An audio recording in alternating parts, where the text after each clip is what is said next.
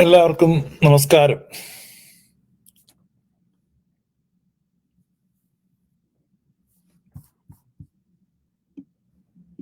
ഇസ്രായേലിന്റെ ഗോത്ര ദൈവമായ യഹോവയെ സംബന്ധിച്ച് കഴിഞ്ഞ നാളുകളിൽ നമ്മൾ സംസാരിച്ചു കൊണ്ടിരിക്കുകയാണ്. പല സ്ഥലത്തു നിന്നും വളരെയധികം വിയോജിപ്പുകളും എതിർപ്പുകളുമൊക്കെ ആ വിഷയത്തിൽ നേരിടേണ്ടി വന്നെങ്കിലും 2024 9-ാം മാസം ആയപ്പോഴേക്കും വളരെ അധികം ആളുകൾ യാഥാർത്ഥ്യം തിരിച്ചറിഞ്ഞ്, സത്യം തിരിച്ചറിഞ്ഞ്, എന്താണ് യഥാർത്ഥ ക്രിസ്ത്യാനിത്വം എന്ന് മനസ്സിലാക്കി, ഈ യഹോവ എന്താണ്, ആരാണ് എന്ന് മനസ്സിലാക്കി തിരിഞ്ഞു വരുന്നു എന്നുള്ള ഒരു സംഗതിയാണ് നമ്മൾ കാണുന്നത്. അത് നമുക്ക് വളരെ ചാരിതാർത്ഥ്യം നൽകുന്നതാണ്. ഇസ്രായേലിന്റെ ഗോത്ര ദൈവമായ യഹോവയെ പറ്റി നമ്മൾ പഠിക്കുമ്പോൾ പുരാതന ലോകത്തെ നമ്മൾ മനസ്സിലാക്കണം. ആ പുരാതന ലോകത്തിൽ അനേക ഗോത്രങ്ങളുണ്ട്. നമുക്ക് ബൈബിളിൽ തന്നെ ധാരാളം ഗോത്രങ്ങളെ സംബന്ധിച്ചും ഇസ്രായേലിന് ചുറ്റുമുള്ള രാജ്യങ്ങളെ സംബന്ധിച്ചും അവർ ഏർപ്പെട്ടിരുന്ന യുദ്ധങ്ങളെ സംബന്ധിച്ചൊക്കെ നമുക്ക് വായിക്കാൻ പറ്റും. ഇസ്രായേലിന്റെ ദൈവം നിങ്ങളവിടെ കാണുന്ന, ഇപ്പോൾ ബൈബിളിലൂടെ മാത്രം പോയാൽ പോലും നിങ്ങൾ കാണുന്നത് മറ്റ് ഗോത്രങ്ങളുമായിട്ടും മറ്റ് രാജ്യങ്ങളുമായിട്ടും യുദ്ധം ചെയ്യുന്നതും, ആ യുദ്ധത്തിന് പ്രേരിപ്പിക്കുന്നതും, ആ യുദ്ധത്തിന് കൂട്ടുനിൽക്കുന്നതും, മറ്റാളുകളെ കൊല്ലാൻ ശക്തി നൽകുന്നതും, അങ്ങനെ ആ ഒരു രൂപത്തിലാണ് നമ്മൾ കാണുന്നത്. അതൊരിക്കലും ഒരു സത്യദൈവമല്ല. അതെങ്ങനെയാണ് ഈ ഒരു ഗോത്രത്തിന്റെ മാത്രം, ഇപ്പൊ നിങ്ങൾ ചിന്തിക്കുക, നിങ്ങളുടെ ദൈവം സാർവത്രിക ദൈവമാണ് അല്ലെങ്കിൽ മുഴുവൻ ലോകത്തിന്റെ ദൈവമാണ് എന്നൊക്കെ പറയുമ്പോൾ ആ ദൈവം ഒരു ചെറിയ ഗോത്രത്തിന്റെ മാത്രം ദേവനായിട്ട് ഇരുന്നു കൊണ്ട്, ഇനി ഒരു ഗോത്രത്തിന്റെ മാത്രം ദേവനായിട്ട് അവൻ വെളിപ്പെട്ടു എന്ന് വേണമെങ്കിൽ നമുക്ക് അംഗീകരിക്കാം. അപ്പം പിന്നീട് എല്ലാവർക്കും വേണ്ടി വെളിപ്പെട്ടു. പക്ഷെ ഇതങ്ങനെയല്ല. ഒരു ഗോത്രത്തിന്റെ ദേവനായി ഇരുന്നു കൊണ്ട് മറ്റു ഗോത്രങ്ങളെ മുഴുവൻ കൊല്ലുകയും മുടിക്കുകയും നശിപ്പിക്കുകയും ഒക്കെ ചെയ്യാൻ പദ്ധതികൾ ആസൂത്രണം ചെയ്യുകയും അത് പലപ്പോഴും പാളിപ്പോവുകയൊക്കെ ചെയ്യുന്ന കാഴ്ചയാണ് നമ്മൾ കാണുന്നത്. ഈ ദൈവത്തിന്റെ അനുഗ്രഹം ഉണ്ടായിട്ടും, അതായത് യഹോവ അനുഗ്രഹിച്ചിട്ട് പോലും പല യുദ്ധങ്ങളിലും ഇസ്രായേൽ ദയനീയമായി തോക്കുന്ന കാഴ്ചയാണ് നമ്മൾ കാണുന്നത്. നമ്മൾ ഈ ഇസ്രായേൽ കൊട്ടി ഘോഷിക്കുന്നത് പോലെ അല്ലെങ്കിൽ ഇസ്രായേലിലെ ഗായകരെ പാടിപ്പോഴ്ത്തിയതുപോലെ യഹോവ ഒരു യുദ്ധവീരനൊന്നുമല്ല. യഹോവ പലപ്പോഴും പരാജയപ്പെടുന്നതാണ് നമ്മൾ കാണുന്നത്. നിങ്ങൾ ബൈബിളിൽ നോക്കിക്കഴിഞ്ഞാൽ യഹോവയുടെ നാമത്തിൽ പോകുമ്പോൾ പലപ്പോഴും ഇസ്രായേലിന് പരാജയം സംഭവിക്കുന്നുണ്ട്. അപ്പോഴൊക്കെ യഹോവയുടെ പ്രവാചകന്മാരെ ഉപയോഗിച്ച് യഹോവ അത് വെളുപ്പിച്ചെടുക്കും. എങ്ങനെയാണ് എന്ന് ചോദിച്ചാൽ, അത് ഇസ്രായേൽ പാപം ചെയ്തത് കൊണ്ടാണ് അവർക്ക് പരാജയം സംഭവിച്ചത്. ഇതേ പാറ്റേൺ ആണ് ഈ പെന്തക്കോസ്ത് പ്രവാചകന്മാർ. യഹോവയുടെ ആത്മാവാണ്, യഹോവയാണ് പെന്തക്കോസ്തുകാരുടെ ദൈവം. ഈ പെന്തക്കോസ്ത് പ്രവാചകന്മാർ ഓരോന്ന് പ്രവചിക്കും. അപ്പൊ അത് നടക്കാതെ വരുമ്പോൾ പലരുടെയും ജീവിതത്തിൽ ഒന്നും നടക്കത്തില്ല. എന്തെങ്കിലുമൊക്കെ ഇങ്ങനെ പ്രവചിച്ചുകൊണ്ടിരിക്കും. നടക്കാതെ വരുമ്പം പറയും, നിങ്ങളുടെ അവിശ്വാസം നിമിത്തമാണ് നടക്കുന്നത്, നിങ്ങൾക്ക് വിശ്വാസം ഇല്ലാത്തതുകൊണ്ടാണ്, നിങ്ങൾ ഏറ്റെടുക്കാത്തത് കൊണ്ടാണ്. അപ്പൊ ഇത് പഴയ നിയമത്തിന്റെ പാറ്റേൺ തന്നെ. അതായത് യഹോവയുടെ ആത്മാവാണ് പെന്തക്കോസ്തരെ ഭരിക്കുന്നത്, നയിക്കുന്നത്, അല്ലെങ്കിൽ ഒറ്റവാക്കിൽ പറഞ്ഞ അവരെ ബാധിച്ചിരിക്കുന്നത്. നിങ്ങൾ മമ്മൂട്ടി നായകനായിട്ട് അടുത്ത കാലത്ത് വന്ന ഭ്രമയുഗം സിനിമ കണ്ട, അതിനകത്തൊരു ചാത്തനുണ്ട്. നിങ്ങൾ കണ്ടിട്ടില്ലാത്തൊരു കാണുക, ചാത്തനെ മനസ്സിലാക്കാൻ. ചാത്തനെ സംബന്ധിച്ച് എല്ലാ കാര്യമല്ല, ചാത്തന്റെ ഒരു നേച്ചർ.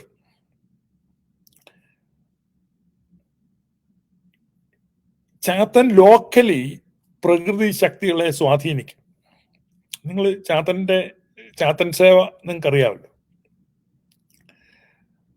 അപ്പൊ ഈ ചാത്തൻ സേവയിൽ ഏറ്റവും പ്രധാനപ്പെട്ട ഒരു പരിപാടി നിങ്ങൾക്കറിയാം. ചാത്തന് ഏറ്റവും ഇഷ്ടമുള്ള കാര്യം എന്താണെന്ന് നിങ്ങൾക്ക് അറിയാമെന്ന് പറഞ്ഞാൽ കേരളത്തിലുള്ളവർക്ക് എല്ലാവർക്കും ചാത്തനെ നല്ല പരിചയം.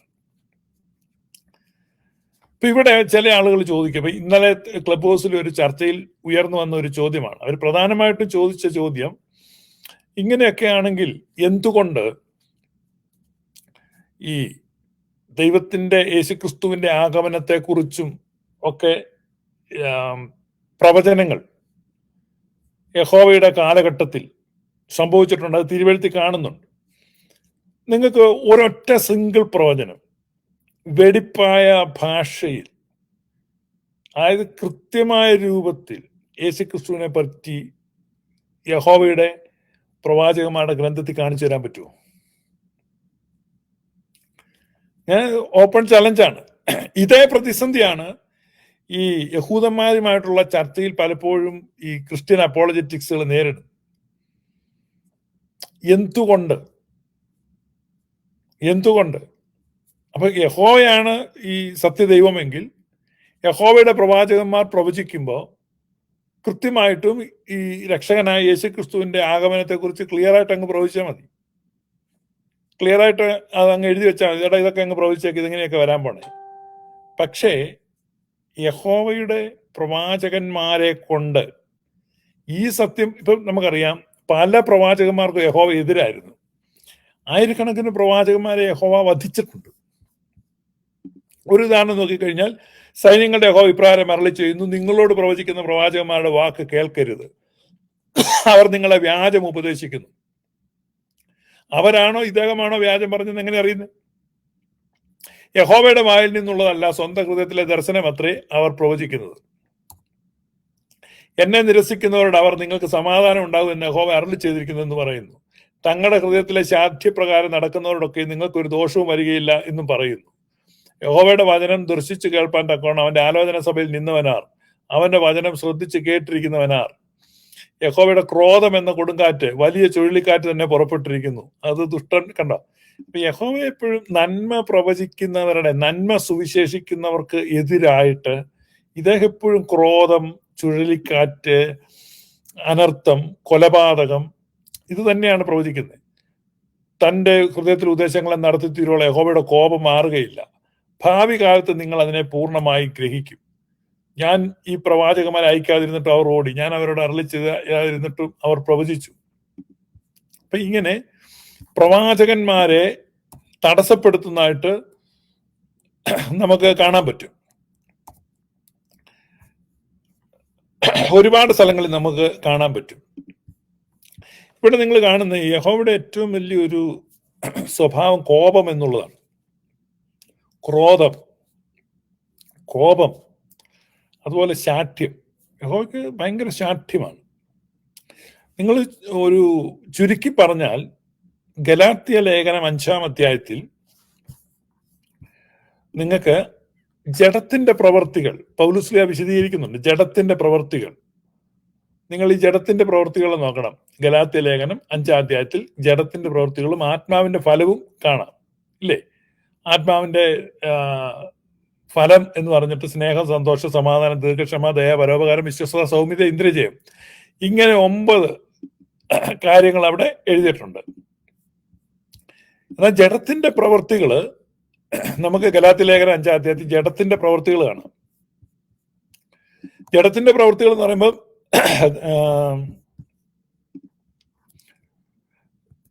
ഇതുണ്ട്. ജഡത്തിന്റെ പ്രവൃത്തികളോ ദുർനടപ്പ്, അശുദ്ധി, ദുഷ്കാമം, വിഗ്രഹാരാധന, ആഭിചാരം, പക, പിണക്കം, ജാരശങ്ക, ക്രോധം, ശാഠ്യം, ദ്വന്ദ്വപക്ഷം, ഭിന്നത, അസൂയ, മദ്യപാനം, വെറുക്കൂത്ത് മുതലായവ എന്ന് വെളിവാകുന്നു. ഈ വക പ്രവർത്തിക്കുന്നവൻ ദൈവരാജ്യം അവകാശമാക്കുകയില്ല എന്ന് ഞാൻ മുമ്പേ പറഞ്ഞതുപോലെ ഇപ്പോഴും നിങ്ങളോട് മുമ്പ് കൂട്ടി പറയുന്നു.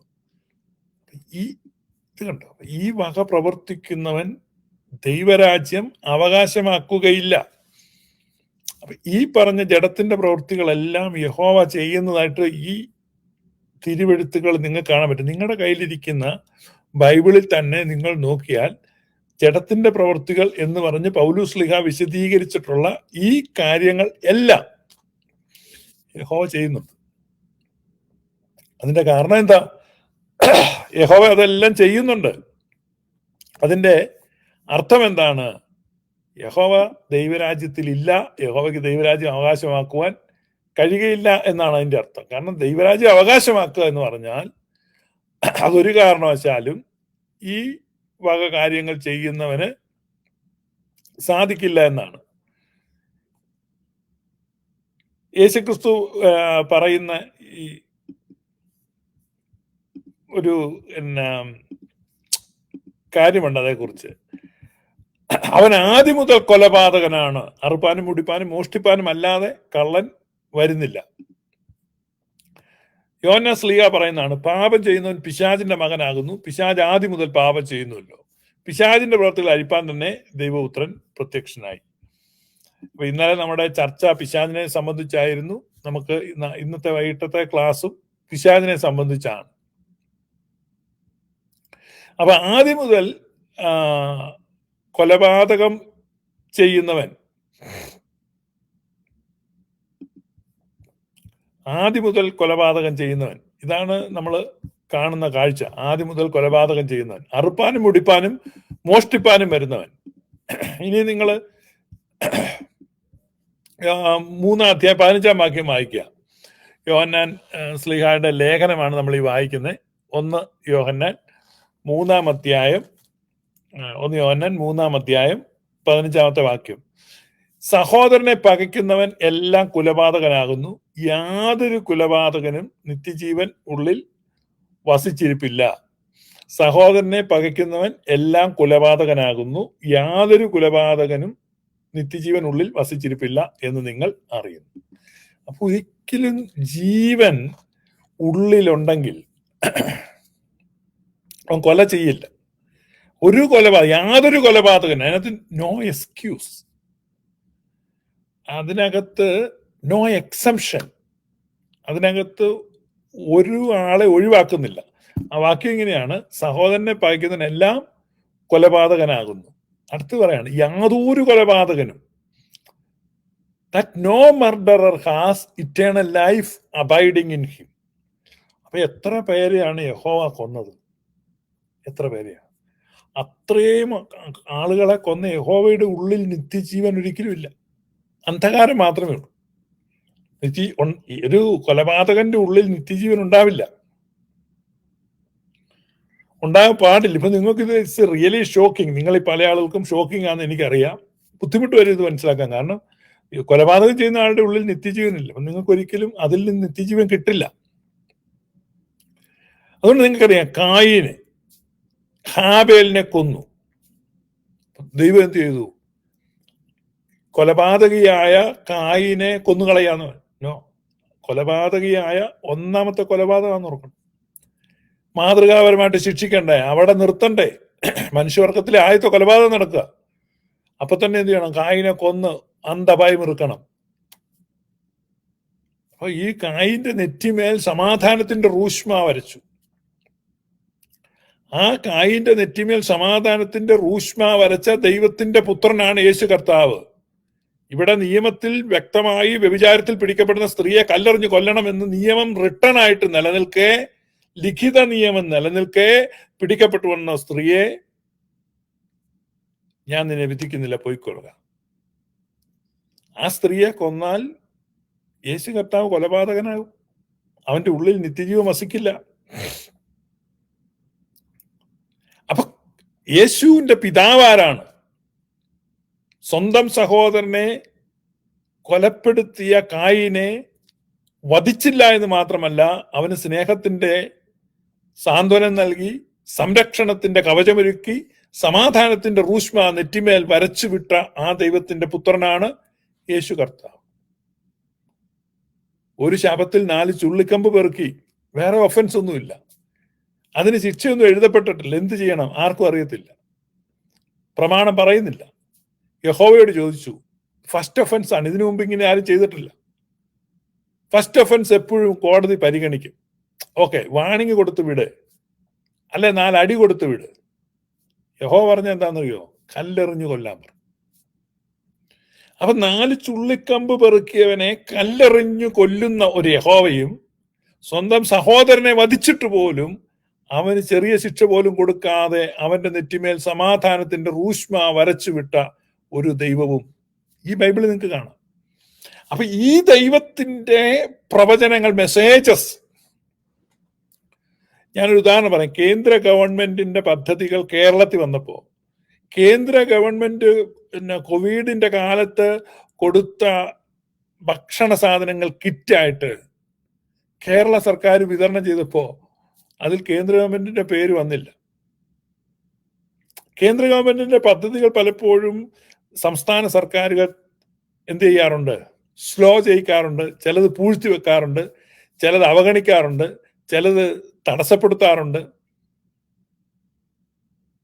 ഇതാ യഹോവയുടെ മേൽനോട്ടത്തിൽ ഇസ്രായേൽ സഞ്ചരിക്കുമ്പോൾ ആ പ്രവാചകന്മാർക്ക് അത്യുന്നതനായ ദൈവത്തിൽ നിന്ന് ജനത്തിന് കൊടുക്കാനുള്ള മെസ്സേജ് വരാറുണ്ട്, സന്ദേശങ്ങൾ.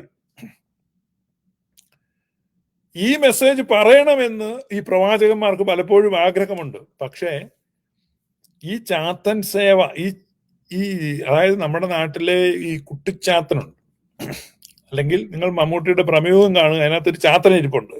അപ്പൊ ആ ചാത്തന് തുല്യമായി ഈ ജനത്തെയും കൊണ്ട് നടക്കുന്ന ഈ യഹോവ അതിന് സമ്മതിക്കില്ല. കാരണം സത്യദൈവത്തിന്റെ പുത്രനായി യേശു കർത്താവ് ഈ ലോകത്ത് അവതരിക്കും, എല്ലാ അടിമച്ചങ്ങലകളും അന്ന് അഴിഞ്ഞു വീഴും, യഹോവയുടെ ഭരണം അവിടെ അവസാനിക്കും. അപ്പൊ ഈ കാലത്തെക്കുറിച്ചുള്ള പ്രവചനം, ഈ ദുർഭരണത്തിന് അവസാനം വരാൻ പോവാണ്, ഈ ന്യായപ്രമാണം നീങ്ങാൻ പോവാണ്, ഈ കാര്യങ്ങളാണ് പ്രവചിക്കുന്നത്. പക്ഷെ ഈ കാര്യങ്ങളെ സത്യസന്ധമായി വിശദമായി പ്രവചിക്കുവാൻ ഒരിക്കലും ആരാഗ്രഹിക്കുന്നില്ല, യഹോവ ആഗ്രഹിക്കുന്നില്ല. അതുകൊണ്ട് യഹോവ ഈ പ്രവചനങ്ങൾ ഇന്ററപ്റ്റ് ചെയ്തുകൊണ്ടിരിക്കും, തടസ്സം ഉണ്ടാക്കിക്കൊണ്ടിരിക്കും. മനസ്സിലായോ? യഹോവ ഒരിക്കലും ഈ പ്രവചനങ്ങളെ ഉണ്ടാകാൻ വേണ്ടി ഇഷ്ടപ്പെടുന്നില്ല, ആഗ്രഹിക്കുന്നില്ല. അപ്പൊ അതുകൊണ്ട് യഹോവയാണ് ഈ പ്രവചനങ്ങളെ, അതായത് പല കാര്യം ഇങ്ങനെ പറഞ്ഞുകൊണ്ടിരിക്കും. പക്ഷെ അതിനിടയ്ക്ക് അപ്പോൾ ഇവരെന്ത് ചെയ്യും? ഈ ജയിലിലേക്ക് ഭക്ഷണമൊക്കെ കൊടുത്തു വിടുന്ന കൂടെ എന്തെങ്കിലും സാധനം ഒളിച്ചു കടത്തും, എന്നാ പിന്നെ ഒരു മുട്ട കൊടുക്കും. അപ്പൊ ഒളിച്ചു കടത്തുന്നു എന്നൊക്കെ പറഞ്ഞ പോലെ ഈ ഗോപ്യമായിട്ടും അവിടെ ഇവിടെയൊക്കെ ഒരു വാചകങ്ങള് ഈ പ്രവാചകന്മാര് തിരികെ കയറ്റി വെച്ചു, സന്നിവേശിപ്പിച്ചു വെച്ചു. അതാണ് ഈ നമ്മൾ കാണുന്ന പ്രവചനം. പഴയ നിയമത്തിലെ പ്രവചനങ്ങളിൽ തുടർച്ചയായിട്ട് ഈ കൃത്യമായിട്ട് ഈ മശിഹാ പ്രവചനങ്ങൾ ഒന്നും വന്നില്ല. കാരണം ഈ പ്രവാചകന്മാരിലേക്ക് ദൈവം കൊടുത്ത എല്ലാ പ്രവചനങ്ങളും വിശ്വസ്തയോടെയും കൃത്യതയോടെയും രേഖപ്പെടുത്തുവാൻ കഴിഞ്ഞില്ല. അന്നത്തെ കർത്തൃത്വം ഏതാണ്? ഈ കിരാതമായ കർത്തൃത്വത്തിന്റെ കീഴിലാണ് ഈ പ്രവാചകന്മാർ ജീവിച്ചിരുന്നത്. ഈ കിരാതമായ കർത്തൃത്വത്തിന്റെ കീഴിലാണ് ഈ പ്രവാചകന്മാർ ജീവിച്ചിരുന്നത്. അതുകൊണ്ടാണ് എബ്രായ ലേഖനത്തിൽ നിങ്ങൾ വായിക്കുമ്പോൾ ദൈവം പണ്ട് ഭാഗമായിട്ടും വിവിധമായിട്ടും പ്രവാചകന്മാർ മുഖാന്തരം പിതാക്കന്മാരുടെ അരുളി ചെയ്തിട്ട്, അതായത് ഇപ്പം ഇപ്പൊ ഉത്തര കൊറിയ നമുക്കറിയാം, ഒരു ക്ലോസ്ഡ് കൺട്രിയാണ്. ഉത്തര കൊറിയയിൽ ഒരു അട്ടിമറി നടത്താൻ, ആ ഉത്തര കൊറിയ രാജ്യത്തെ സ്വതന്ത്രമാക്കാൻ വേണ്ടി ദക്ഷിണ കൊറിയയിൽ നിന്നൊരു പ്രവർത്തനം നടക്കുന്നുണ്ടെങ്കിൽ അവിടേക്കുള്ള മെസ്സേജുകൾ എൻക്രിപ്റ്റഡ് ആയിട്ടായിരിക്കും, കോഡ് ഭാഷയിലോ ഒക്കെ ആയിട്ടായിരിക്കും കൊടുക്കുന്നത്. കൃത്യമായിട്ട് അങ്ങോട്ട് വിളിച്ചു പറയാനൊന്നും പറ്റില്ല. അപ്പൊ വിവിധമായിട്ടും ഭാഗമായിട്ടും ഇത് മുറിച്ച്, ഒരു ലെറ്റർ ആണെങ്കിൽ തന്നെ ആ ലെറ്റർ 16 കഷ്ണമായിട്ട് മുറിച്ച്, ഇന്നത്തെ കാലഘട്ടമല്ലെന്ന് ഓർക്കണം, 16 കഷ്ണമായിട്ട് അയക്കുകയാണ്. അപ്പൊ ഒരുത്തം പിടിക്കപ്പെട്ടാലും ഒരു കഷ്ണം കിട്ടിയാലും ഇവർക്ക് മെസ്സേജ് മനസ്സിലാകരുത്. അതുകൊണ്ട് ഭാഗമായിട്ട് കൊടുക്കുന്നത് പഴയ കാലത്ത് ചാരന്മാര് ഒക്കെയുള്ള കാലഘട്ടത്തിലെ ഒരു രീതിയാണ്. ഭാഗമായിട്ട് ഇപ്പൊ ഒരു ശത്രു രാജ്യത്തിലുള്ള ഒരു ആൾക്ക് ഒരു മെസ്സേജ് അയക്കണമെങ്കിൽ വിശദമായിട്ട് ഇന്നടത്ത് ഇന്നാല് എന്നാ ഉണ്ടാവുക വിശേഷം എന്ന് പറഞ്ഞ് വിശദമായിട്ട് നീട്ടിപ്പിടിച്ച് എല്ലാ കാര്യങ്ങളും എഴുതി ഒപ്പ് സീല് വെച്ച് ഒരു കത്ത് കൊടുത്തയക്കത്തില്ല. അങ്ങനെയാകുമ്പോൾ ആ കത്ത് ഏതെങ്കിലും കാരണവശാൽ മിസ്സായി കഴിഞ്ഞാൽ, നഷ്ടപ്പെട്ടു കഴിഞ്ഞാൽ, ഏതെങ്കിലും കാരണവശാൽ തെറ്റായ കരങ്ങളിൽ എത്തപ്പെട്ടാൽ ഈ കത്ത് കിട്ടുന്ന റെസിപ്പിയൻസ് ഓഫ് ദാറ്റ് ലെറ്റർ അവർ മുഴുവൻ കാര്യങ്ങളും, മുഴുവൻ സീക്രട്ടുകളും അവർ മനസ്സിലാക്കും. ഇവരുടെ പ്ലോട്ടെല്ലാം പൊളിയും. അതുകൊണ്ട് എപ്പോഴും അങ്ങനെയുള്ള മെസ്സേജുകൾ എൻക്രിപ്റ്റഡ് ആയിട്ടാണ്, അല്ലെങ്കിൽ ഭാഗമായി പാർട്സ് ആയിട്ട് കൊടുത്തുവിടും. ഒരു സന്ദേശം ഉണ്ടെങ്കിൽ അത് 10 പേരുടെ 10 ഭാഗമായിട്ടായിരിക്കും പോകുന്നത്. ഈ 10 പേരുടെ കൂടെ മെസ്സേജ് അവിടെ കിട്ടുമ്പോൾ അവർ അത് ചേർത്ത് വെച്ച് വായിച്ച് മനസ്സിലാക്കും. അപ്പൊ ദൈവം തമ്പുരാൻ ഏതാണ്? സർവശക്തനായ ദൈവം ജനത്തോട് കൊടുക്കാനുള്ള മെസ്സേജ് എന്തിനാണ് ഭാഗമായിട്ട് കൊടുത്തത്? വിവിധമായിട്ട് കൊടുത്തത്. എബ്രായ ലേഖനം 1:1 നിങ്ങൾ നോക്ക്, കണ്ണു തുറന്ന് വായിക്കേ. ദൈവം പണ്ട് ഭാഗമായിട്ടും വിവിധമായിട്ടും പ്രവാചകന്മാർ മുഖാന്തരം. ഇവിടെയാണ് നിങ്ങൾ യഹോവയുടെ റോള് മനസ്സിലാക്കുന്നത്. ഇവിടെയാണ് നിങ്ങൾ പുരാതന ലോകത്തെ മനസ്സിലാക്കേണ്ടത്. അപ്പൊ പുരാതന ലോകത്തിൽ ഏറ്റവും ഭീകരമായ ഒരു വാഴ്ച നടന്നിരുന്ന സമൂഹമാണ് ഇസ്രായേൽ സമൂഹം. അപ്പൊ ഇസ്രായേൽ എന്ന ആ സമൂഹം അതിഭീകരമായി അടിച്ചമർത്തപ്പെട്ടു, ഈ നുഖത്തിന്റെ കീഴിൽ ഞെരിഞ്ഞമർന്നു. അപ്പൊ കൃത്യമായിട്ട് ഇസ്രായേലിന്റെ ഒരു ചിത്രം നിങ്ങൾക്ക് മനസ്സിലാവണമെങ്കിൽ ഞാൻ ഈ പറഞ്ഞ പോലെ നിങ്ങൾ മമ്മൂട്ടിയുടെ black and white cinema Bramayugam കാണുക. അപ്പം അതിപ്പോ ഓൺലൈനിലൊക്കെ വന്നിട്ടുണ്ട്, നിങ്ങൾക്ക് കാണാം. ഞാൻ തിയേറ്ററിൽ പോയി കാശ് മുടക്കി ടിക്കറ്റ് എടുത്ത് കണ്ടതാണ്. നല്ല രസമുണ്ട് കാണാൻ കേട്ടോ. അപ്പൊ നിങ്ങൾ ഇത് കാണുക. അത് കാണുമ്പോൾ നിങ്ങൾക്ക് മനസ്സിലാവും, ആ വീട്ടിൽ അകപ്പെട്ടവരെ പോലെ ഈ ചാത്തൻ ഇതൊരു ചാത്തനാണ്. ആ ചാത്തനിൽ നിന്നാണ് യേശു കർത്താവ് ഇസ്രായേലിനെ വിടുവിച്ചത്. നിങ്ങൾ മനസ്സിലാക്കണം, വലിയൊരു ചാത്തൻ സേവയാണ് ഇസ്രായേൽ നടത്തിക്കൊണ്ടിരുന്നത്. ഈ ചാത്തൻ സേവയിൽ നിന്ന്, ഇത് ചാത്തൻ സേവയാണ്, കളിച്ചുപോയി എന്ന് മനസ്സിലാക്കിയ മോശ അതിൽ നിന്ന് രക്ഷപ്പെടാൻ ശ്രമിക്കുന്നുണ്ട്. ഈ ചാത്തൻ സേവയിൽ നിന്ന് സ്വയം രക്ഷപ്പെടാൻ ശ്രമിക്കുന്നുണ്ട്. പക്ഷെ മോശയ്ക്ക് രക്ഷപ്പെടാൻ പറ്റിയില്ല. മോശ വധിക്കപ്പെട്ടു. ഒരു ഉത്തമമായ സംസ്കാരം പോലും മോശയ്ക്ക് നിഷേധിക്കപ്പെട്ടു. പലപ്പോഴും പറയുന്നുണ്ട്, എന്തിനാണെന്ന് ചോദിച്ചാൽ അതിനൊന്നും ഉത്തരവില്ല. അപ്പൊ അതിന് ഉത്തരം കിട്ടണമെങ്കിൽ നിങ്ങൾ ഈ രീതി വായിച്ചെങ്കിൽ മാത്രമേ നിങ്ങൾക്ക് അതിനുത്തരം കിട്ടത്തുള്ളൂ. 40 വർഷം ധ്യാനതുല്യമായ ജീവിതം പ്രവാസത്തിൽ നിർവഹിച്ച് ജീവിതത്തിന്റെ പരിപരുത്ത യാഥാർത്ഥ്യങ്ങളോട് ഏറ്റുമുട്ടി പരുവപ്പെട്ട ജീവിതത്തിൽ 80-ാമത്തെ വയസ്സിൽ താൻ വിസമ്മതിച്ചിട്ടും ബലമായിട്ട് പിടിച്ചുകൊണ്ട് ഇസ്രായേലിനെ നേതൃത്വേൽപ്പിച്ച, പിന്നെ 40 വർഷം വീണ്ടും ഇസ്രായേലിനെ നയിച്ചിട്ട് അവസാനം 120-ാമത്തെ വയസ്സിൽ മരിക്കുമ്പോൾ ഉചിതമായ, യോഗ്യമായ, മാന്യമായ ഒരു സംസ്കാരം പോലും ലഭിച്ചില്ല മോശയ്ക്ക്. ഒരു പർവ്വതത്തിന്റെ മുകളിൽ വെച്ച് വധിക്കപ്പെടുകയാണ്. അതിന് കാരണം എന്താണ്? മോശ പിച്ചള സർപ്പത്തെ ഉയർത്തി എന്നുള്ളതാണ് കാരണം ജനത്തെ കൊല്ലുവാൻ യഹോവ സർപ്പങ്ങളെ അയച്ചു ജനത്തിന്റെ ഇടയിലേക്ക്.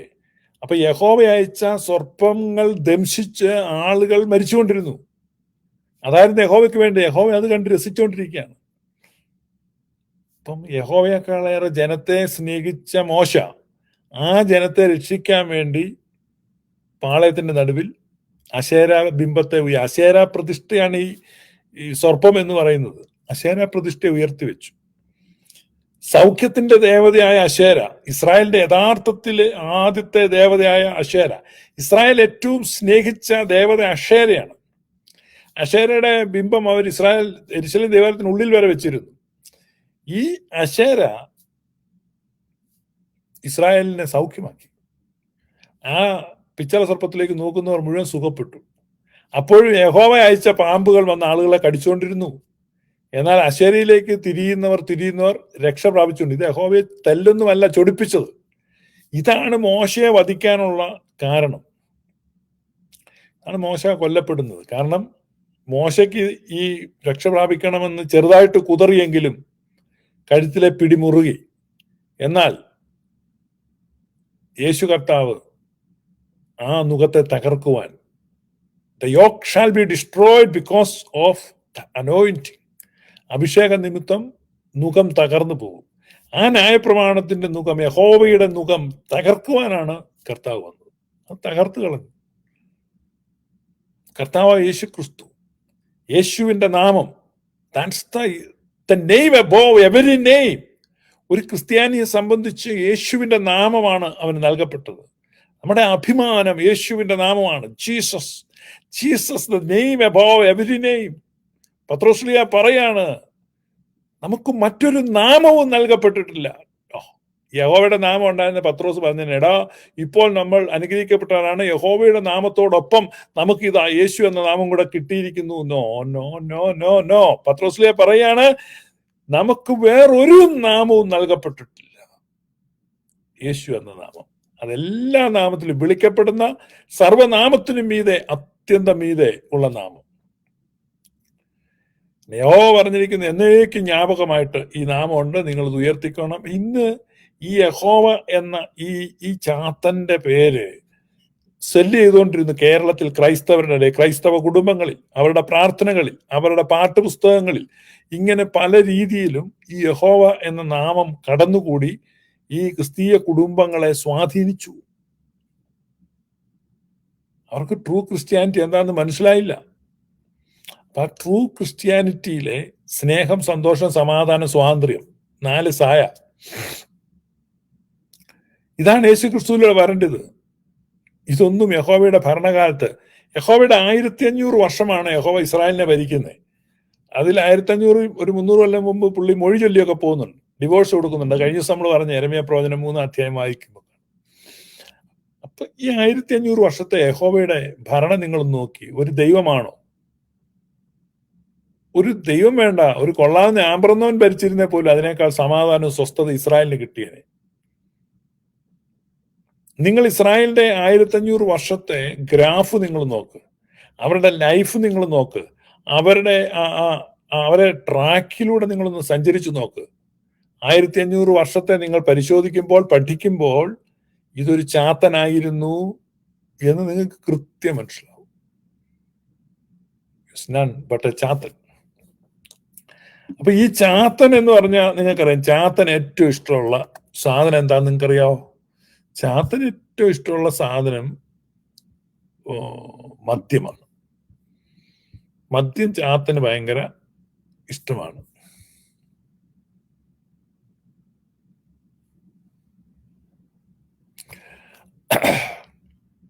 അപ്പൊ ഈ നിരന്തര ഹോമയാഗം നടത്തുമ്പോൾ എങ്ങനെ ചെയ്യണം? ഒരു ഉദാഹരണം പറഞ്ഞു കഴിഞ്ഞാൽ സംഖ്യാപുസ്തകം 28-ാം അധ്യായത്തിൽ ഒരു സാമ്പിളാണ്. നിങ്ങൾ ബൈബിൾ വായിച്ചാൽ, നിങ്ങൾ കെയർഫുൾ ആയിട്ട് വായിക്കാൻ നിങ്ങൾക്ക് കാണാൻ പറ്റും. ഇതുണ്ടോ? അതിന്റെ പാനീയയാഗം കുഞ്ഞാടൊന്നിന് 1/4 ഹീൻ മദ്യമായിരിക്കണം. അത് യഹോവയ്ക്ക് പാനീയയാഗമായി വിശുദ്ധ മന്ദിരത്തിൽ ഒഴിക്കണം. ഇത് മദ്യമാണ്, വീഞ്ഞല്ല, വീഞ്ഞ് വേറെയാണ്.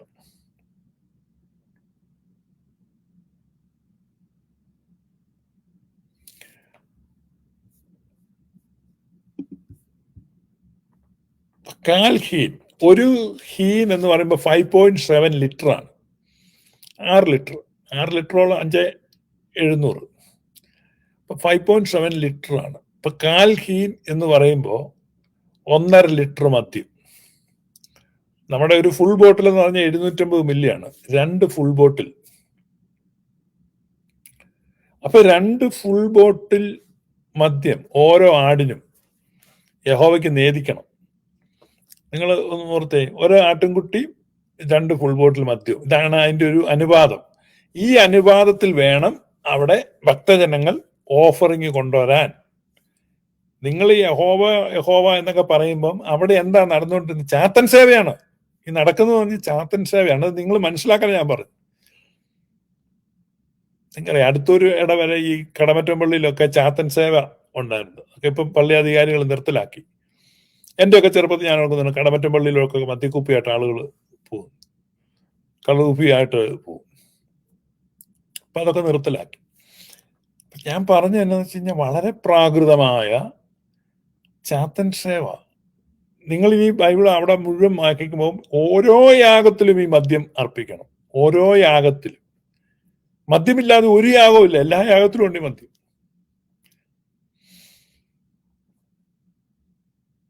അപ്പൊ ഇതെന്ത് മൂർത്തിയാണ്!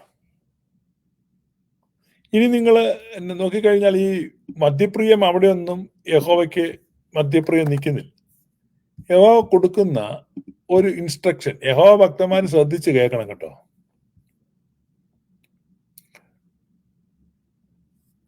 യഹോവ കൊടുക്കുന്ന ഇൻസ്ട്രക്ഷൻസ് നിങ്ങൾ ശ്രദ്ധിച്ച് മനസ്സിലാക്കണം.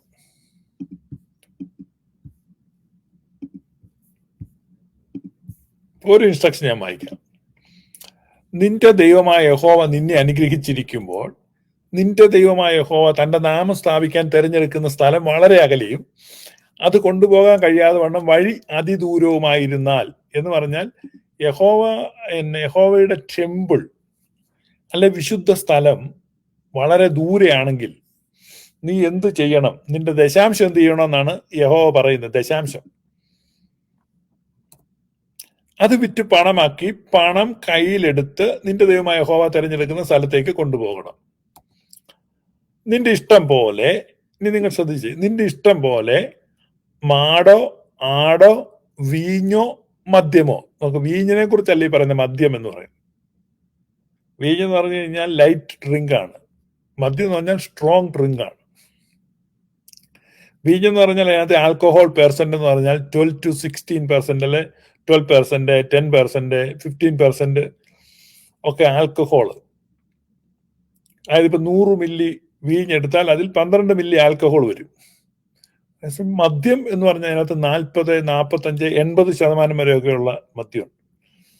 100 മില്ലിക്കകത്ത് 40 മില്ലി 40% ആൽക്കഹോൾ ആയിരിക്കും.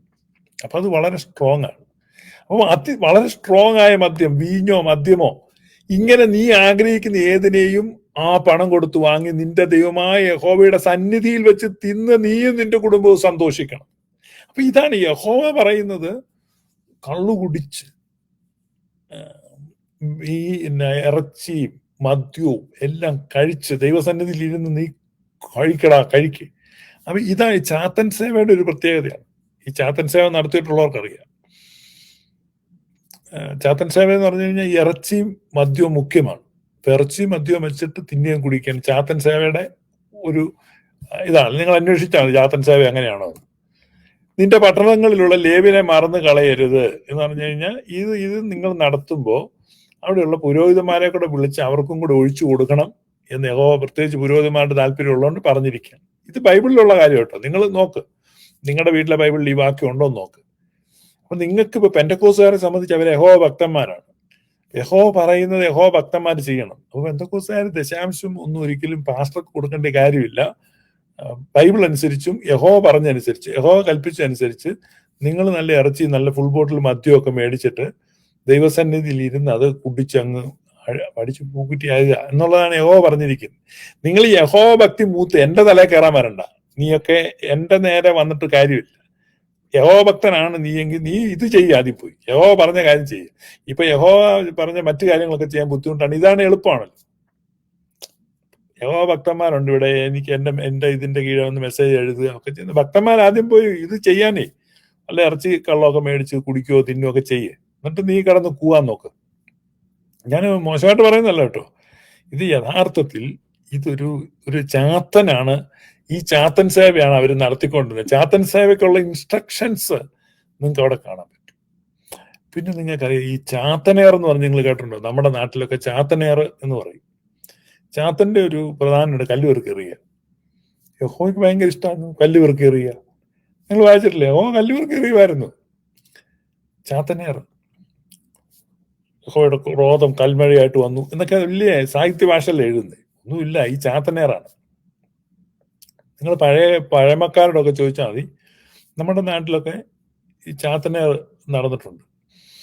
പിന്നെ അതുപോലെ തന്നെ ഈ ചാത്തൻ ബാധിക്കുന്ന സ്ഥലങ്ങളിൽ ഈ ചാത്തനേറെന്ന് മാത്രം പറഞ്ഞാൽ പോരാ, ഈ ചാത്തൻ ബാധയുള്ള സ്ഥലങ്ങളിൽ നിങ്ങൾ പിന്നെ ചോദിച്ചാൽ മതി. നിങ്ങളുടെ മുതിർന്ന ആളുകളോട്, പിന്നെ പ്രായമുള്ള ആളുകളോടൊക്കെ നിങ്ങൾ ചോദിക്കും. ഇപ്പം എന്നെ കേൾക്കുന്ന പ്രായമുള്ള ആളുകളായിരിക്കും കൂടുതൽ കേൾക്കുന്നത്. അപ്പം നിങ്ങൾക്ക് വേറെ ആരോട് ചോദിക്കണം, നിങ്ങൾക്ക് തന്നെ അറിയാം. ഈ ചെറുപ്പക്കാരാ കേൾക്കുന്നെങ്കിൽ നിങ്ങൾ പ്രായമുള്ളവരോട് ചോദിക്കുക ചാത്തനേർ എന്തായാലും സംഭവം. ചാത്തനേറിൽ ഒരു പ്രധാനപ്പെട്ട സംഭവമായിരുന്നു മലം വാരി എറിയുക. എവിടുന്നാണെന്ന് അറിയത്തില്ല, തീട്ടം വന്ന് വീഴുക. ചാത്തനേറുള്ള വീടുകളിലെ ഒരു സംഭവമാണ്. ഈ കഞ്ഞിയൊക്കെ വെക്കാൻ വേണ്ടി അരി ഇട്ട് കഴിഞ്ഞ് വെള്ളം തിളച്ചു, അരി ഇട്ടു, ഇങ്ങനെ അരി തിളച്ചിങ്ങനെ ചോറായി വരുന്ന സമയത്ത് നോക്കുമ്പം ഈ കഞ്ഞിക്കലത്തിനകത്ത് നിന്ന് ഇങ്ങനെ ഈ മലം പൊങ്ങി വരും, തീട്ടം പൊങ്ങി വരും എന്നൊക്കെയാണ് പഴമക്കാർ പറയുന്നത്. ചാത്തന്റെ കുസൃതികളാണ്. അങ്ങനെ ചാത്തനേർ കാരണം, ഈ ചാത്തൻ ബാധ കാരണമൊക്കെ എത്രയോ പേര് വീടുകൾ ഉപേക്ഷിച്ചിട്ടുണ്ട്. എനിക്കറിയാം, അബാൻഡന്റ് ഹൗസസ് എന്റെ ചെറുപ്പത്തിൽ ഞാൻ കണ്ടിട്ടുണ്ട്. ചാത്തൻ ബാധ മൂലം ഉപേക്ഷിച്ചു പോയ വീടുകൾ. അപ്പൊ ഇപ്പൊ അതിനെപ്പറ്റിയൊക്കെ നിങ്ങൾക്ക് എതിരഭിപ്രായം കാണും. പക്ഷെ ചാത്തൻ ഇങ്ങനെയാണ്. ചാത്തന്റെ ഏറ്റവും പ്രധാനപ്പെട്ട സംഭവം എന്ന് പറഞ്ഞു കഴിഞ്ഞാൽ കല്ലെറിയുക, തീട്ടം ആരി എറിയുക. ഇപ്പൊ നമ്മൾ യഹോവ പറയുന്നത് നിങ്ങൾ നോക്കി, ഞാൻ അമേദ്യം നിന്റെ മേൽ എറിഞ്ഞ് നിന്നെ കുൽസിതയിൽ നിന്നാവശ്യമാക്കും. കണ്ടോ, ഈ പുള്ളിയുടെ ഒരു ആയുധമായത് തീട്ട എറിയുക. And I will cast abominable filth upon thee. ഇതൊക്കെ വലിയ ഡെക്കറേഷനിൽ തർജിമക്കാര് മാക്സിമം ശ്രമിച്ച് ഈ പുള്ളിയെ വെളുപ്പിക്കാൻ വേണ്ടി ഇത്രേ ഉള്ളൂ. തീട്ടന്മാരി എറിയുക ഒരു ദൈവം ചെയ്യുന്ന പണിയാ. ഈ പെന്തക്കോസ്തുകാരുടെ ദൈവമായ യഹോവയുടെ സ്റ്റാൻഡേർഡാണിത്. പെന്തക്കോസ്തുകാരുടെ ദൈവം ചില ഓർത്തഡോക്സുകാരുടെയും കേട്ടോ, ചില. അപ്പം ഇവരുടെ ദൈവമായ യഹോവയുടെ പരിപാടി കല്ലുവെറുക്കി എറിയുക, തീട്ടന്മാരി. ഒരു ദൈവമാണെന്ന് ഓർക്കണം. സർവശക്തനായ ദൈവമല്ല. സർവശക്തനായ ദൈവമാണോ മനുഷ്യന്റെ മേൽ തീട്ടന്മാരി എറിയാൻ നടക്കുക, കല്ലുവെറുക്കി എറിയാൻ നടക്കുക? പിന്നെ അതിന്റെ വാക്കുണ്ട് തുണി പൊക്കി കാണിക്കുമെന്ന്. ഇങ്ങനെ വസ്ത്രമുയർത്തി നഗ്നത കാണിക്കും, ഇങ്ങനെയൊക്കെ തർജ്ജമ ചെയ്ത് വെച്ചാൽ ഇത്രേ ഉള്ളൂ. നിങ്ങൾ ഒരാളുടെ സ്റ്റാൻഡേർഡ് നോക്കി, കല്ലുവെറുക്കി എറിയുക, തീട്ടന്മാരി എറിയുക, തുണി പൊക്കി കാണിക്കുക. അപ്പൊ ഈ ഒരു സ്റ്റാൻഡേർഡ്, ഇതാണ് സർവശക്തനായ ദൈവമാണ്? No no no no no is a ചാത്തനാണ്. കുട്ടിച്ചാത്തൻ. കുട്ടിച്ചാത്തൻ എന്ന സ്നേഹം കൂടി വിളിക്കുന്ന ചാത്തൻ. അപ്പൊ ഈ ഇസ്രായേൽ നടത്തിക്കൊണ്ടിരുന്ന ചാത്തൻ സേവയാണ്. ഈ ചാത്തൻ സേവയിൽ ബാധിക്കപ്പെട്ടവര്, ചാത്തൻ സേവ നടത്തുന്ന കുടുംബങ്ങൾക്കൊന്നും ശ്രേയസ് ഉണ്ടാകത്തില്ല, ഉയർച്ച ഉണ്ടാകത്തില്ല, ഐശ്വര്യം ഉണ്ടാകത്തില്ല, പുരോഗതി ഉണ്ടാകത്തില്ല. കാരണം ഇങ്ങനെ ഇപ്പൊ അനുഗ്രഹം കിട്ടുമെന്ന് തോന്നുമെങ്കിലും എപ്പോഴും കണ്ടിന്യൂസ് തകർച്ചയാണ്. ഈ തവള കിണറ്റിന്റെ അടിയിൽ നിന്ന് കയറി വരുന്നല്ലേ, 3 സ്റ്റെപ്പ് കയറി 4 സ്റ്റെപ്പ് ഇറങ്ങി, പിന്നെ 2 സ്റ്റെപ്പ് കയറി 1 സ്റ്റെപ്പ് ഇറങ്ങി, പിന്നെ 5 സ്റ്റെപ്പ് കയറി 6 സ്റ്റെപ്പ് ഇറങ്ങി. ഇങ്ങനെ ഇങ്ങനെ ഇങ്ങനെ ഒരിക്കലും കിണറിന്റെ മുകളിൽ വരികയെന്നാ പറയുന്നത്. എന്ന് പറഞ്ഞ പോലെ ഇസ്രായേലിനെ നോക്ക്, ഒരിക്കലും ഗതി പിടിക്കില്ല. ഇടയ്ക്ക് ചെറിയ ജയം കിട്ടും, പിന്നെ തോക്കും. ഇടയ്ക്ക് നല്ലൊരു കൃഷി നന്നാവും, പിന്നെ മൊത്തം 4 പേരത്തേക്ക് പോകും. ഇങ്ങനെ അവരിങ്ങനെ കയറി ഇറങ്ങി ഞരങ്ങി നിരങ്ങി ഇങ്ങനെ. അപ്പൊ ഞരങ്ങി നിരങ്ങിയും കയറി ഇറങ്ങി ഇവരിങ്ങനെ പൊക്കോണ്ടിരിക്കും. ഇത് തന്നെയാണ് ചാത്തനെ സേവിക്കുന്ന കുടുംബങ്ങൾക്കും വന്നിട്ടുള്ളത്. ഇത് ചാത്തൻ സേവയാണെന്നുള്ളതാണ് നിങ്ങൾ മനസ്സിലാക്കേണ്ടത്. ഒരു ചാത്തൻ, മനസ്സിലായോ? കുട്ടിച്ചാത്തൻ എന്നുള്ളത് ഓമനത്താണ്. ഈ ചാത്തനോട് ഇഷ്ടം തോന്നുന്നവർ വിളിക്കുന്ന കുട്ടിച്ചാത്ത, കുട്ടിച്ചാത്താണ്. നിങ്ങൾക്കറിയാമല്ലോ ചാത്തന്റെ കാര്യമൊക്കെ അല്ലേ. ചാത്തൻ ഉണ്ടായി വന്ന കേരളത്തിലെ ഐതിഹ്യം നിങ്ങൾക്കറിയാമല്ലോ. ചാത്തനെ പിന്നെ വധിച്ച് 390 കഷണമാക്കി തീക്കകത്തിട്ട 390 കഷണത്തിൽ നിന്ന് വേറെ ചാത്തന്മാരുണ്ടായി വരുന്നൊക്കെ സ്റ്റോറി ഉണ്ട് ഈ കേരളത്തിലെ ഐതിഹ്യം. അത് ഞാൻ വേറൊരു ദിവസം ആ ഐതിഹ്യം പറയാം. ഇതിപ്പോ നിങ്ങൾ കേൾക്കുക. അപ്പൊ ഈ ചാത്തന്റെ സ്റ്റാൻഡേർഡ് എന്താന്ന് പറയാനാണ് ഞാൻ. ചാത്തൻ ഇങ്ങനെയാ. ചാത്തൻ എന്ന് പറഞ്ഞാൽ അങ്ങനെ സർവശക്തനൊന്നും അല്ല. ചെറിയ ചെറിയ കുസൃതികളൊക്കെ കാണിച്ചും ചെറിയ ചെറിയ അനുഗ്രഹം കൊടുത്തും ചെറിയ കാര്യങ്ങൾ നടത്തിയും പിന്നെ വീടുകളിൽ സാധനങ്ങൾ സ്ഥലം മാറ്റി വെക്കും. ഇപ്പൊ നമ്മളൊരു പുസ്തകം കൊണ്ടുവച്ച് കഴിഞ്ഞാൽ പുസ്തകം കാണുന്നത് വേറൊരു സ്ഥലത്തോട്ട് മാറ്റും. ഇതൊക്കെ ചാത്തന്റെ പരിപാടിയാണ്. അപ്പൊ ഇങ്ങനെയൊക്കെയുള്ള ചെറിയ ചെറിയ കാര്യങ്ങൾ, പിന്നെ കൊച്ചു കൊച്ചു കാര്യങ്ങളുടെ ദൈവം, അല്ലെ ഗോഡ് ഓഫ് സ്മോൾ തിങ്സ് എന്ന് അരുന്ധതി റോയ് പറഞ്ഞ പോലെ കൊച്ചു കാര്യങ്ങളുടെ തമ്പുരാൻ. അത്ര വലിയ വലിയ കാര്യങ്ങളൊന്നുമില്ല. ഇങ്ങനെ ചെറിയ ചെറിയ കുൽസിതങ്ങളും അല്പം ചെറിയ തീട്ടന്മാരി എറിയുക, കല്ലുവെറുക്കി എറിയുക, തുണി നോക്കി കാണിക്കുക, കള്ളടിക്കുക. ഏറ്റവും ഇഷ്ടം ഇറച്ചിയാണ്. ഇറച്ചി എന്ന് പറഞ്ഞാൽ അത് മേധസ് ദഹിപ്പിക്കണം. പുള്ളിക്ക് നിർബന്ധമുള്ള കാര്യം. കാരണം ഈ കൊഴുപ്പ് ഇങ്ങനെ ഉരുകി കഴിയുമ്പോൾ നല്ല മണം വരും. യഹോവ ഘ്രാണിച്ചു. അങ്ങനെ തന്നെയാ. മാംസം കരിഞ്ഞപ്പോൾ യഹോവ അത് ഘ്രാണിച്ചു എന്ന് പറഞ്ഞാൽ എന്താ? മണത്തു. അപ്പൊ പുള്ളിക്ക് ഏറ്റവും ഇഷ്ടം ഈ ഇറച്ചി ബാർബിക്യൂ ചെയ്യുന്നത്. അപ്പൊ അതിന്റെ മണം ഇഷ്ടമാണ്. അപ്പൊ ഇത് ചാത്തന് ഇഷ്ടമാണ് ഇറച്ചി, മദ്യം, പിന്നെ മറ്റ് കലാപരിപാടികൾ, പെണ്ണുങ്ങളെ പിടിച്ചോണ്ട് പോകുക, ഇതൊക്കെ ഉണ്ട്. അപ്പൊ ഈ കാര്യങ്ങളെല്ലാം എല്ലാ വിലകീനതയുണ്ട്. നിങ്ങൾ നോക്കിയാൽ മതി. വീതം വെക്കുമ്പോൾ സംഖ്യാപുസ്തകം 30 32 പെണ്ണുങ്ങളെ യഹോവയ്ക്ക് മാറ്റി വെച്ചേക്കാൻ എഴുതി വെച്ചിട്ടുണ്ട്. എന്തിനാണ് ചോദിച്ചിട്ട് ഇന്ന് വരെ ഒരു ബന്ധക്കോസുകാരന് വന്ന് ഉത്തരം പറഞ്ഞിട്ടില്ല. അപ്പൊ പ്രിയപ്പെട്ടവരെ, ഞാൻ പറഞ്ഞു വന്ന എന്താന്ന് ചോദിച്ചു കഴിഞ്ഞാൽ, ഇത് സത്യത, ഇത് ആരാണ് നിങ്ങൾ മനസ്സിലാക്കുക. ഇതെന്താണ് ഈ മൂർത്തി, ഇതെന്താണ് ഇനം, ഈ സാധനം എന്താണ്? ഇതിനെയാണ് നിങ്ങൾ പൂജിക്കുന്നത്, ഇതിനെയാണ് നിങ്ങൾ ആരാധിക്കുന്നത്. നിങ്ങൾ വേണ്ട ദൈവം ക്രിസ്ത്യാനികളുടെ ദൈവമാണെന്ന്. ക്രിസ്ത്യാനിക്ക് ബൈ 1 get 1 ഫ്രീ എന്ന് പറഞ്ഞാൽ യേശുക്രിസ്തു എടുത്തപ്പോൾ ആ കൂടെ ഈ ഒരു മുതലിനെ കൂടെ കിട്ടിയെന്ന് പറഞ്ഞോ? അങ്ങനെ മുതലില്ല. വേറൊരു നാമവുമില്ല. ആകാശത്തിന് കീഴിൽ ഭൂമിയിൽ മനുഷ്യരുടെ ഇടയിൽ നൽകപ്പെട്ട വേറൊരു നാമവുമില്ല. That's only one name. That is the name above every name. എല്ലാ നാമത്തിലും മേലായ നാമം അല്ലെ? എല്ലാ നാമത്തിലും മേലായ നാമം, ഭക്തർ ജനം വാഴ്ത്തും നാമം, എല്ലാ മുഴങ്കാലും മടങ്ങിടും തിരുമുൻപിൽ വല്ലഭത്വമുള്ള നാമം. ആഹാ ആഹാ ആഹാ, ഇത് എന്ത് രസമല്ലേ. പെന്തക്കോസ്തുകാർ പാടുന്ന പാട്ടല്ലേ, ശ്രീയേശുനാമം അതിശയനാമം ഏഴയനിക്കിംബനാമം. അപ്പൊ ഈ യഹോവയുടെ നാമം എവിടെ പോയി? യേശുനാമത്തിന്റെ മുകളിലാണോ, താഴെയാണോ, ഒപ്പമാണോ? അതോ യേശു തന്നെയാണോ യഹോവ? അതോ യേശുവിന്റെ അപ്പനാണോ യഹോവ? അതോ ഇനി അളിയനാണോ? ആരാണിത്?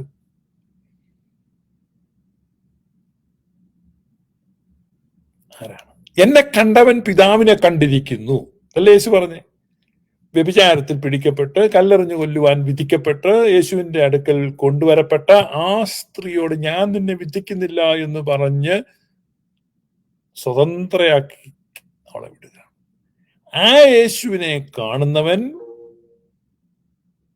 കൊലപാതകം ചെയ്ത കായിനെ നെറ്റിമേൽ റൂഷ്മ വരച്ച് സ്വതന്ത്രനായിട്ട് വിടുന്ന പിതാവിനെ കാണുന്നു.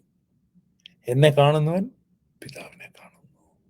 എന്നെ കാണുന്നവൻ പിതാവിനെ കാണുന്നു. യേശുവിനെ കാണുന്നവൻ പിതാവിനെ കാണുന്നു. അപ്പൊ ദൈവം സ്നേഹമാണ്. യോഹന്നാനിൽ എഴുതിയിരിക്കുക, ദൈവം സ്നേഹമാകുന്നു. God is love. യാതൊരു കൊലപാതകനും ഉള്ളിൽ ജീവൻ വസിച്ചിരിപ്പില്ല. നിങ്ങൾ ഇന്ന് ഇതെല്ലാം കൂടെ കൂട്ടിച്ചേർത്ത് വെച്ച് 2000 വർഷത്തിനിപ്പുറത്ത് വായിക്കുമ്പം അന്ന് അവരെന്നെ ഉദ്ദേശിച്ചതെന്നും ആ എഴുത്തിന്റെ ഇമ്പാക്റ്റ് എന്തായിരുന്നു എന്നും ഇന്ന് മനസ്സിലാകണമെന്നില്ല. അതുകൊണ്ടാണ് അന്നത്തെ കോണ്ടെക്സ്റ്റിൽ നിങ്ങൾ അതിനെ മനസ്സിലാക്കണം. അവൻ ആദ്യം മുതൽ കൊലപാതകനായിരുന്നു. അപ്പൊ യേശു ക്രിസ്തു ആരെ കുറിച്ചാണ് ഉദ്ദേശിച്ചത്? എനിക്ക് മുമ്പേ വന്നവർ ഒക്കെയും കള്ളന്മാരും കവർച്ചക്കാരുമായിരുന്നു. ആരാ? അപ്പൊ യേശു ക്രിസ്തുവിന് മുമ്പ് വന്ന പ്രവാചകന്മാരൊക്കെ എന്തിനു പോയി? കവർച്ചയ്ക്ക് പോയി, കൊലപാതകം ചെയ്തു, കൊള്ളയടിച്ചു, ഗ്രാമങ്ങളെ ആക്രമിക്കാൻ പോയി.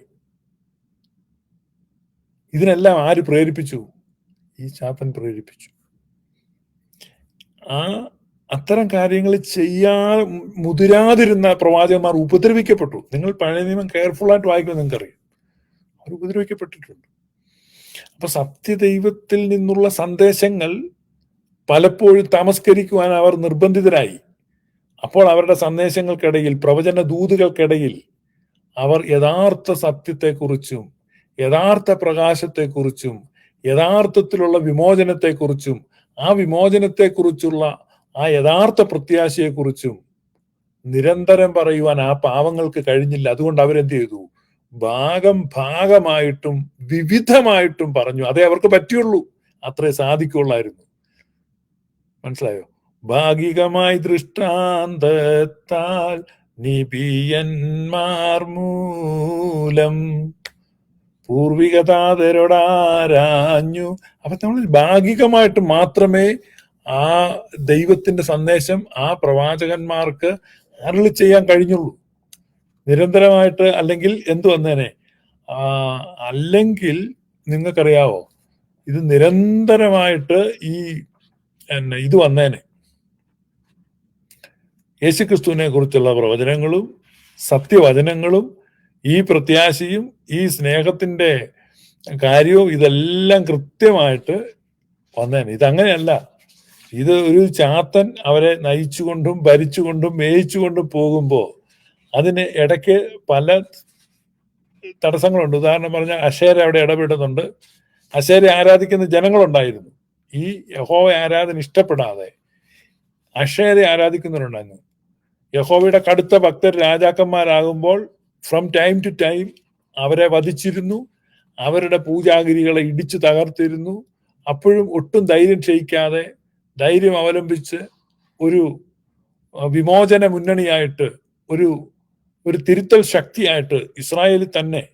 നിങ്ങൾ ഓർക്കുന്നുണ്ടോ, യഹോവ എന്നത് ഒരു സത്യദൈവമാണെങ്കിൽ ആ സത്യദൈവത്തിനെതിരായിട്ട് അങ്ങനെയുള്ള ഒരു സത്യദൈവത്തിനെതിരായിട്ട് ഇസ്രായേലിൽ ഈ അഷേരയൊക്കെ ആരാധിക്കുന്നവർ വരും. അങ്ങനെ ആരെങ്കിലും ചെയ്യുമോ? അപ്പൊ ആ അഷേര യഹോവയേക്കാൾ ബെറ്റർ ആണെന്നുള്ള ബോധ്യമുള്ള വലിയ ജനം അവിടെ ഉണ്ടായിരുന്നു. അതുകൊണ്ടാണ് നടന്നത്.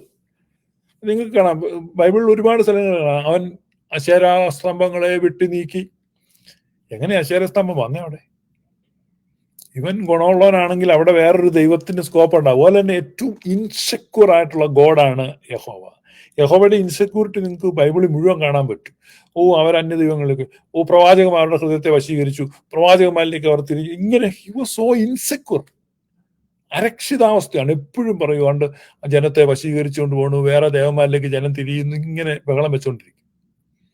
ഒരു സ്വസ്ഥതയില്ലാത്ത ഒരു സ്വസ്ഥത എന്തെന്ന് യഹോവയ്ക്ക് അറിയത്തില്ല. കാരണം പുള്ളിക്ക് ഭയങ്കര ഇൻസെക്യൂരിറ്റി, എപ്പോഴും കിടന്ന് ബഹളമാണ്. ഞാൻ ഈ പറയുന്നത് ചുമ്മാ പറയുന്നല്ല. ബൈബിളിലൂടെ നിങ്ങൾ വായിക്കുമ്പോൾ, ഞാൻ ഈ പറയുന്ന കാര്യങ്ങൾ കേട്ടിട്ട് ഇനി നിങ്ങൾ ബൈബിൾ വായിക്കുമ്പോൾ നിങ്ങൾക്ക് ഈ കാര്യങ്ങൾ കൃത്യം, കാരണം അതെല്ലാം അവിടെ എഴുതി വെച്ചിട്ട് നിങ്ങൾ വായിച്ചു പോകുമ്പോൾ ഇതെല്ലാം നിങ്ങൾക്ക് മനസ്സിലായി വരും.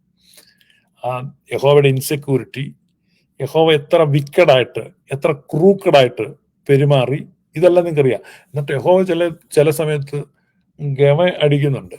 ഈ നമ്മൾ ചില ആളുകൾക്ക് ഈ വിഡ്ഢിത്തരം അല്ലെങ്കിൽ ക്രൈം ചെയ്തിട്ടും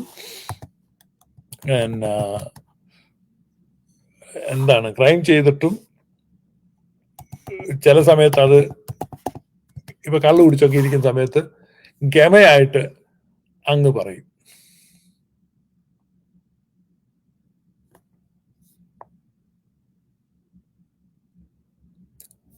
ഗമയായിട്ട്, എടാ ഞാൻ വഞ്ചിച്ചു, അല്ലെങ്കിൽ ഞാൻ ചതിച്ചു, ഞാൻ ഇന്ന പോലെ ചെയ്തടാ എന്നൊക്കെ ചുമ്മാ ഇരുന്ന് ചില സമയത്ത് അടിച്ചു വിടും. എന്ന് പറഞ്ഞാൽ യഹോവയും ഈ ചില സമയത്ത് പറയാറുണ്ട്, ഞാനിങ്ങനെ യഹോവ തന്നെ, നിങ്ങൾക്കറിയാം, യഹോവ തന്നെ ചില സമയത്ത് വാചകടിക്കുമ്പം പറയും, ഞാനിങ്ങനെ ആളുകളെ വഞ്ചിച്ചിട്ടുണ്ട്, ചതിച്ചിട്ടുണ്ട് എന്നൊക്കെ ഇരുന്ന് വാചകടിക്കും. അങ്ങനെയുള്ള സ്ക്രിപ്ചറുകളൊക്കെ നിങ്ങൾക്ക് ധാരാളം കാണാൻ പറ്റും. അതുകൊണ്ട് ഞാൻ പറഞ്ഞത് ഒന്നോ രണ്ടോ വാക്യങ്ങളല്ല.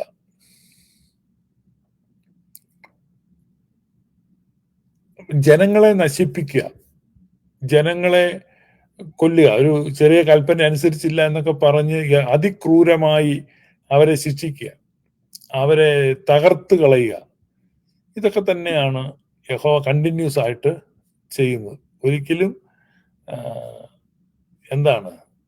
നന്മ ആ ജനത്തിന് ചെയ്തില്ല എന്നുള്ളതാണ്. എപ്പോഴും ആ ജനത്തോട് കലഹിക്കുകയും അവർക്കെതിരായി പ്രവർത്തിക്കുകയും എന്ന് പറഞ്ഞാൽ കണ്ടിന്യൂസ് ആയിട്ട് അവർക്ക് എതിരായിട്ട് പ്രവർത്തിച്ചു എന്നുള്ളതാണ്, ഇസ്രായേലിനെതിരായിട്ട്.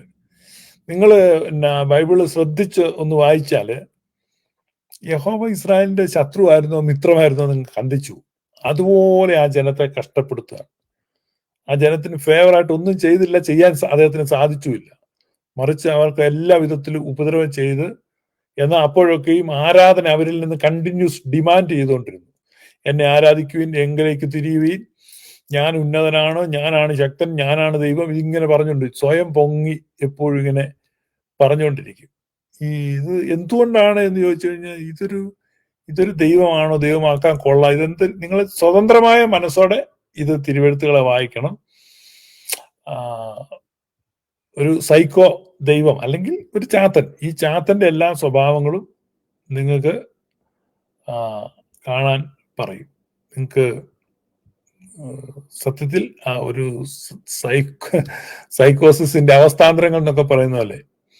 അപ്പം അത് ശരിക്കും നിങ്ങൾക്ക് ഈ തിന്മകൾ മുഴുവൻ നിങ്ങൾക്ക് ഈ യഹോവയുടെ പ്രവർത്തനങ്ങളിൽ, അദ്ദേഹത്തിന്റെ ജീവിതത്തിൽ നിങ്ങൾക്ക് കാണാൻ പറ്റും എന്നുള്ളതാണ് നിങ്ങൾക്ക് മനസ്സിലാക്കാൻ പറ്റുന്നത്. അപ്പം അദ്ദേഹം ഒരു ലയർ ആണ്. ഞാൻ വ്യാജത്തിന്റെ ആത്മാവിനെ അയക്കും എന്നൊക്കെ പ്രവചന പുസ്തകങ്ങളിൽ നിങ്ങൾക്ക് കാണാൻ പറ്റും. വ്യാജത്തിന്റെ ആത്മാവിനെ അയക്കും, spirit of lies I will send. ഇപ്പൊ ഇത് കാരണം വെച്ചാൽ ഇദ്ദേഹം ആളുകളെ നുണ പറഞ്ഞ് വഞ്ചിക്കുന്നു, അല്ലെങ്കിൽ ഇങ്ങനെയുള്ള ട്രിക്കുകൾ, ഈ ചാത്തന്റെ കുസൃതികളും ചാത്തൻ്റെതായ ശാഠ്യങ്ങളും ക്യാരക്ടറിസ്റ്റിക്സ് വെച്ച് നോക്കുമ്പോൾ, ഇന്നത്തെ രീതിയിൽ നമ്മൾ മനസ്സിലാക്കുമ്പോൾ ആ ചാത്തന്റെ എല്ലാ സ്വഭാവ വിശേഷണങ്ങളും നിങ്ങൾക്ക് ഇദ്ദേഹത്തിൽ കാണാൻ പറ്റും. അതാണ് ഞാൻ പറയുന്നത്. നിങ്ങൾ അതുകൊണ്ട് ഇനി ബൈബിൾ വായിക്കുമ്പോൾ നിങ്ങൾ ശരിക്കും ശ്രദ്ധിച്ചു വായിക്കും. അതാണ് ഞാൻ പറഞ്ഞത്, പെട്ടെന്ന് ഇങ്ങനെ ഓടിച്ച് വായിച്ചു പോകാതെ ശ്രദ്ധിച്ച് വായിക്കുമ്പോൾ നിങ്ങൾക്ക് കാണാൻ പറ്റും.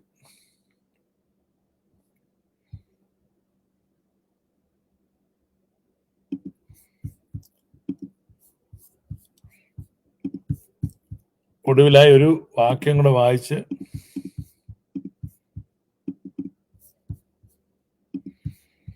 യെരമ്യാവ് പറയുന്നു, അതിന് ഞാൻ, അയ്യോ യഹോവയായ കർത്താവേ, പ്രാണനിൽ വാൾ കടന്നിരിക്കുക നിങ്ങൾക്ക് സമാധാനം എന്ന് പറഞ്ഞ് നീ ജനത്തെയും യെരൂശലേമിനെയും ഏറ്റവും വഞ്ചിച്ചുവല്ലോ എന്ന് പറഞ്ഞു.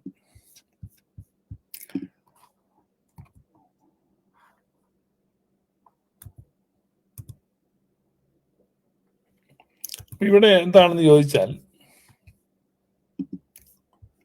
ഈ പ്രവാചകന്മാരുടെ മുഴുവൻ ലൈഫ് എത്ര മിസറബിൾ ആയിരുന്നു എന്ന് നിങ്ങൾ മനസ്സിലാക്കണം.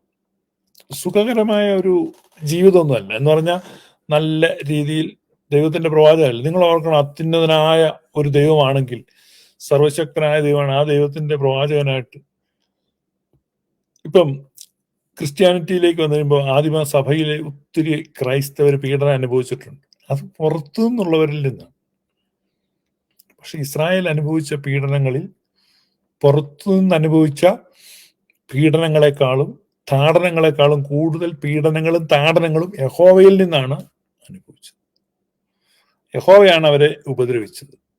ഇതൊരു ചാത്തനായിരുന്നു എന്നുള്ളതാണ് ഞാൻ നിങ്ങളോട് പറയാൻ ഉദ്ദേശിക്കുന്നത്. അല്ലെങ്കിൽ ഇന്നത്തെ നമ്മുടെ ഇടയിലുള്ള ഒരു ചാത്തന്റെ സ്റ്റാൻഡേർഡ് മാത്രം, അത്രമാത്രം ശക്തിയുള്ള ഒന്നായിരുന്നു. ചാത്തന്റെ കിരാത ഭരണമായിരുന്നു അവിടെ നടത്തിയത്. ആ ചാത്തനിൽ നിന്ന് ഇസ്രായേലിനെ യേശു കർത്താവ് മോചിപ്പിച്ചു. അതാണ് ക്രിസ്തുവിന്റെ വിജയം. അതുകൊണ്ട് നിങ്ങൾ ബൈബിൾ പുറങ്ങളിലൂടെ പോകുമ്പോൾ ഒത്തിരി ഗീർവാണങ്ങളും ഒരുപാട് തള്ളുമൊക്കെ ഉണ്ട്. യഹോവ ഭയങ്കരനാണ്, ശക്തി ഒന്നുമില്ല. അദ്ദേഹം പല സ്ഥലങ്ങളിൽ, ഇപ്പം ഞാൻ പറയാം, ന്യായാധിപന്മാരുടെ പുസ്തകമൊക്കെ നോക്കും, ഇരുമ്പുരഥം ഉള്ളപ്പോൾ യഹോവ പേടിച്ചു എന്നൊക്കെ കഴിഞ്ഞ ദിവസം നമ്മൾ വായിച്ചതാണ്. അതുകൊണ്ട് അതൊന്നും എടുക്കുന്നില്ല. ഞാൻ പറഞ്ഞ ഇത്രയേ ഉള്ളൂ. അതേ അങ്ങനെ സർവശക്തനായ ദൈവമോ ഒന്നുമല്ല. മദ്യപ്രിയനും കലഹപ്രിയനും തല്ലുകാരനും അത്യാവശ്യം കൊലപാതകിയും ഇറച്ചിപ്രിയനും പെണ്ണുപിടിയനും ഒക്കെയാണ്.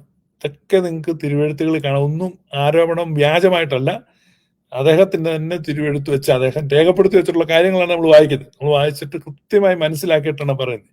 അതുകൊണ്ട് ഈ ഒരു ദുർമൂർത്തിയെ ക്രിസ്ത്യാനിറ്റിയിലേക്ക് കയറ്റുവാൻ വളരെ സംഘടിതവും ആസൂത്രിതവും ഗൂഢവുമായ പരിശ്രമം കഴിഞ്ഞ നാളുകളിലുണ്ടായി. ഈ കാലങ്ങളിൽ നമ്മളിത് പറയുന്നത് നിമിത്തം പല ആളുകൾക്കും വെളിച്ചം വരുന്നുണ്ട്. യഥാർത്ഥ ദൈവം ആരാണ്? ആ ത്രിയേക ദൈവമാണ്. ക്രിസ്ത്യാനികളുടെ ദൈവം ത്രിയേക ദൈവമാണ്. പിതൃസുത പരിശുദ്ധാത്മാവായ ത്രിയേക ദൈവത്തിന്റെ കൃപയും കരുണയും ആസ്വദിക്കുവാൻ, ആ നന്മ ആസ്വദിക്കുവാൻ, നമുക്ക് പൂർവികമായി വരമേൽപ്പിക്കപ്പെട്ട ആ സത്യവിശ്വാസത്തിൽ നിലനിൽക്കുവാൻ. ഇത്ര നിങ്ങൾ നോക്കുക, യഹോവയിൽ പ്രേരിതരായി പെന്തക്കോസ്തുകാർ വന്ന് എത്രയോ ഉപദേശങ്ങളാണ്, വ്യത്യാസങ്ങൾ, 1,000 സഭകളും 1,000 ഉപദേശങ്ങളും. ഒരു വീട്ടിൽ നിന്ന് 5 പേര് ഞായറാഴ്ച പോകുമ്പോൾ 5 സഭയിലോട്ട് പോകുന്ന കാഴ്ച കാണും. പെന്തക്കോസ്തിൽ നിങ്ങൾ നോക്കിയാൽ മതി. കുടുംബങ്ങളെ ഭിന്നിപ്പിക്കുക, തമ്മിലടിപ്പിക്കുക, ഈ യഹോവയുടെ കാര്യമാണിത്. ഈ കലഹമുണ്ടാക്കുക, ചേരിപ്പോരുണ്ടാക്കുക. ഇങ്ങനെ യഹോവ എന്ന് മലങ്കരയിൽ വന്ന് കയറിയോ അന്ന് മലങ്കര സഭയിൽ കലഹമുണ്ടായി. നിങ്ങൾ നോക്ക്, ഒന്നായിരുന്ന മലങ്കര സഭ ഭിന്നിക്കാൻ തുടങ്ങി. മാർത്തോമക്കാർ ആദ്യം പോയി, പിന്നെ റീത്തുകാർ പോയി, മലങ്കര റീത്ത് പോയി, മാർത്തോമ പോയി, പിന്നെ യാക്കോബായ ഓർത്തഡോക്സ് അടി ഉണ്ടാകാൻ തുടങ്ങി. ഇവാഞ്ചലിക്കൽ മാർത്തോമയെന്ന് പിരിഞ്ഞു. അടിയോടടി 8 നിലയിൽ ഇപ്പോഴും പൊരിഞ്ഞ അടി നടക്കുകയാണ്. എപ്പോഴാണ് നിങ്ങൾക്കറിയോ? ബൈബിൾ സൊസൈറ്റിയുടെ ബൈബിൾ ഇറങ്ങി യഹോവ നാമം ആരാധിക്കാൻ തുടങ്ങിയപ്പോഴാണ്. ഇത് നിങ്ങൾ തമാശ എന്നല്ല, നിങ്ങൾ വർഷങ്ങൾ പരിശോധിച്ച് നോക്കും, ഒരേ കാലഘട്ടത്തിലാണ്. അപ്പം ഈ മൂർത്തി ആരാണെന്ന് നിങ്ങൾ മനസ്സിലാക്കുക. അതിനനുസരിച്ച് നിങ്ങൾ നിങ്ങളുടെ മനസ്സ് പുതുക്കി രൂപാന്തരപ്പെടുക. ദൈവം നിങ്ങളെ അനുഗ്രഹിക്കട്ടെ. May God bless you. Thank you.